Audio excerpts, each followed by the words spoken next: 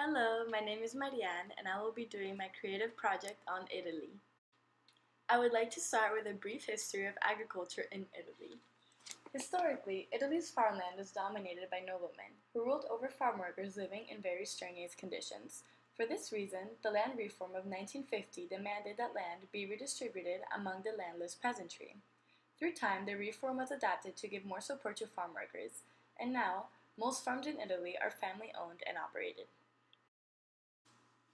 Today, agriculture accounts for 2.3% of Italy's GDP, with 4% of the population employed in agriculture.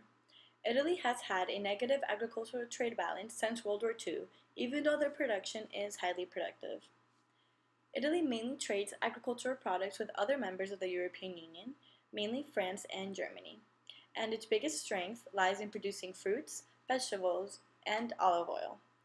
Italy is the world's biggest producer of olive oil and also majorly exports wine, rice, grapes, tomatoes, and olives. It is also the sixth producer of citrus fruits worldwide.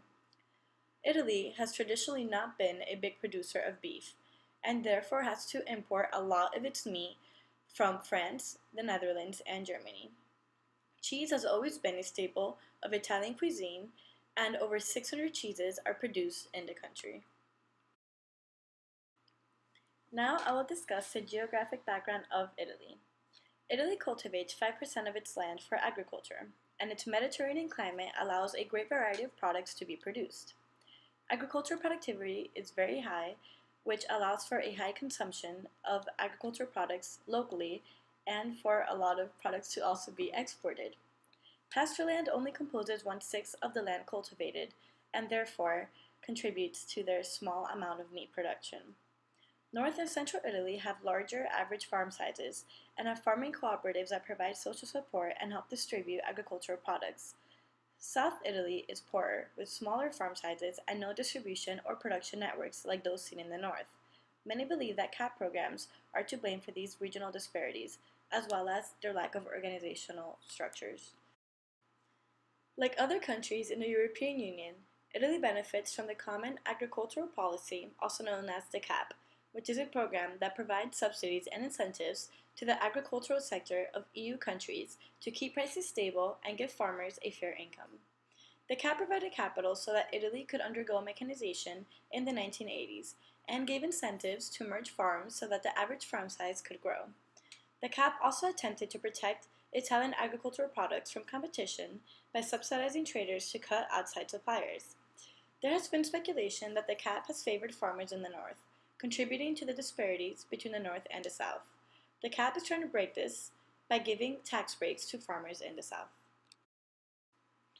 Now that you have a better understanding of agriculture in Italy, I want to talk about one of Italy's most famous dishes, penne alla bolognese.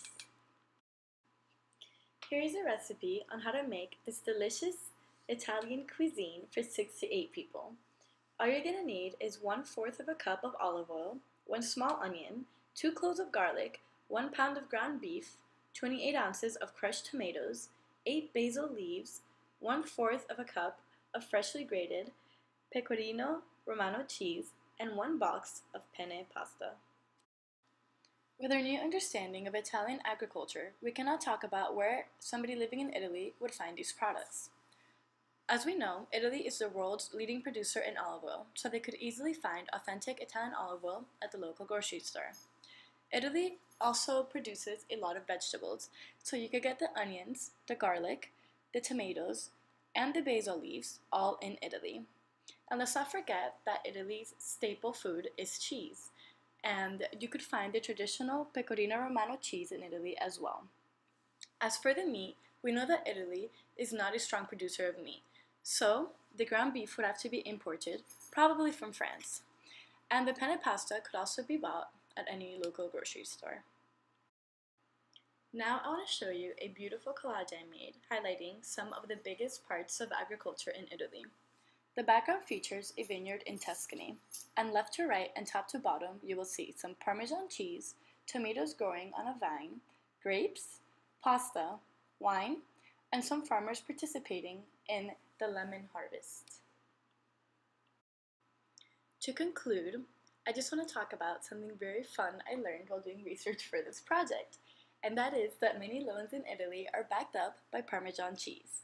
Italy's Credem Bank has high security vaults that currently hold 430,000 aging Parmesan wheels, worth 190 million euros. The bank accepts the cheese in exchange for loans and charges 3 to 5% interest depending on the quality of the cheese. And also, just a fun joke, what do you call a liar in Italian? The answer is an impasta. That is all, and here are my sources. Thank you very much for listening to my presentation. I hope you enjoyed it.